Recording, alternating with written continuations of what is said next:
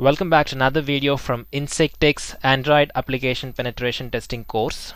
In this section, we're going to see insufficient transport layer protection. For Android applications, it's pretty common to exchange data between the client and server. If you take Facebook as an example, when you download Facebook application and when you launch it in your Android device, it will actually ask you to enter something into the username and password fields. And the moment you enter and click login or click register, the data that is being entered into this client will actually be sent to the server. Just assume a situation where you are sending this data over an insecure channel to the server. An attacker can simply sit in between your client and server to eavesdrop and get sensitive data. Right, so that's a problem. Many applications do not use SSL for transmitting sensitive data, and many applications trust self-signed certificates. And that's the reason why it is always recommended to use certificates signed by a trusted CA provider. Another problem is some applications use SSL only for few sensitive transmissions, but not for all. Right. As an example, let's take an application which is using SSL only in the login screen, but not for other transmissions where the session ID is getting transmitted to the server. If an attacker can get the session ID of a session, it is as strong as a password. So wherever sensitive data is being transmitted to the server, we should use SSL. Right, so let's have a look at the possible attacks due to this insufficient transport layer protection in mobile applications. The few scenarios would be MITM with burp suite. We can actually intercept HTTP traffic and tamper it. Even we can intercept SSL traffic. We'll see that. We'll also see real-world MITM attack with ARP spoofing, and we'll see how to perform passive data analysis using TCP dump and Wireshark. So let's begin with MITM with burp suite. Right, so what I'm going to do is I'm going to launch my emulator,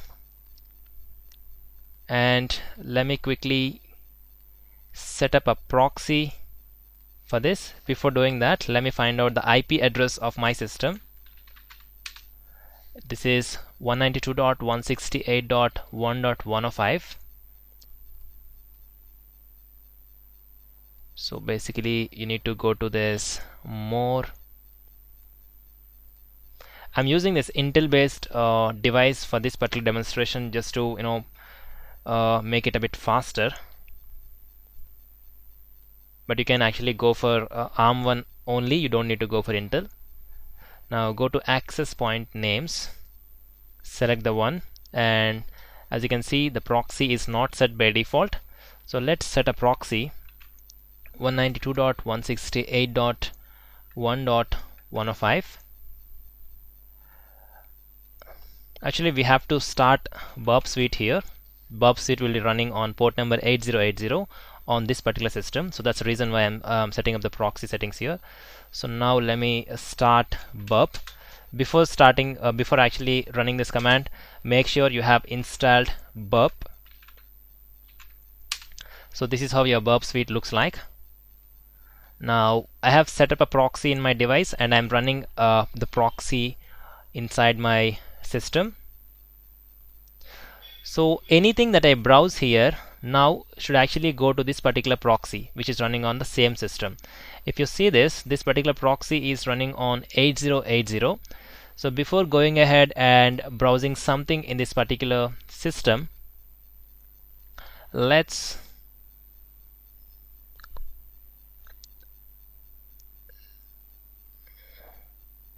by default it will be loopback only, but you have to make it all interfaces so that actually even if you are using this particular burp proxy, even if your device is on on other system, for example you are running this burp in one system and your device is running with another IP address. In such cases you need to set up this all interfaces.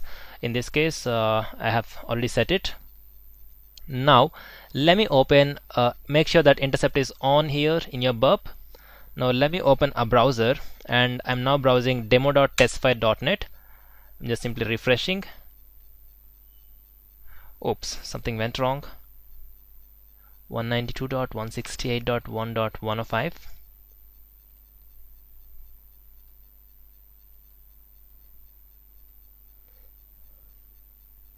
Let me check the proxy settings again.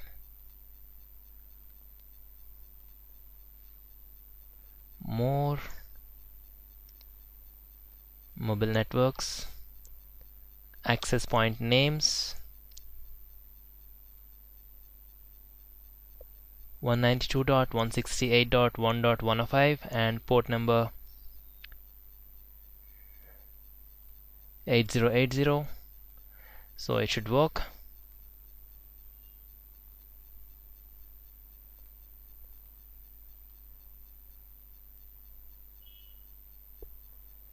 Proxy connection failed.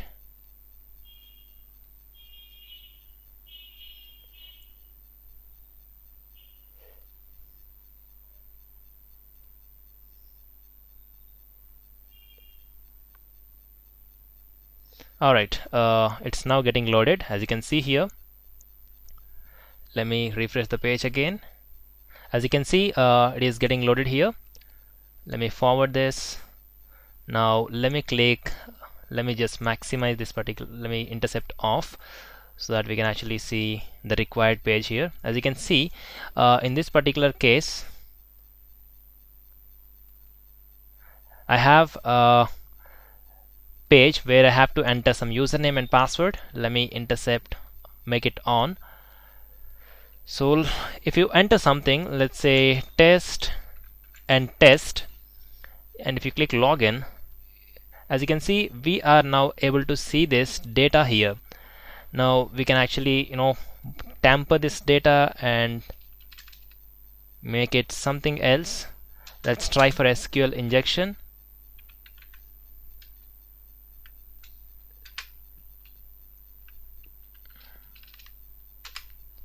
Let me click forward and forward again.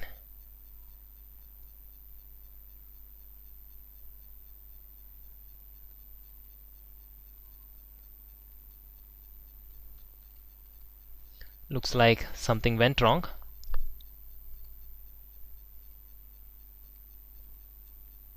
Let me try this. Let me click sign in.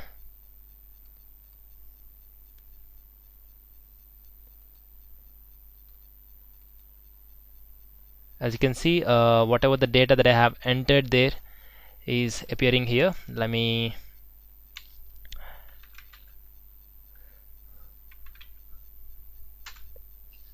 click login.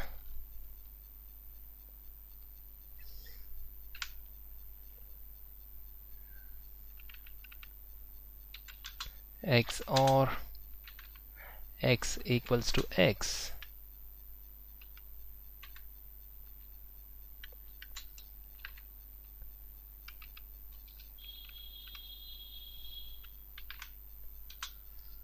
Just hit forward, forward it again. As you can see, we are now logged in as admin.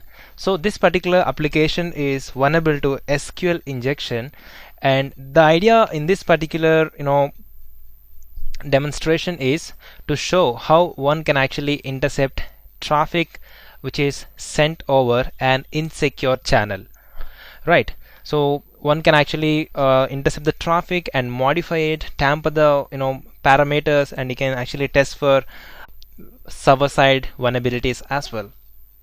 Right, so that's all I have in mind for this video. In the next video, I'm going to show you how to intercept SSL traffic of applications, of Android applications. Right, so thanks for watching the video. Thanks a lot.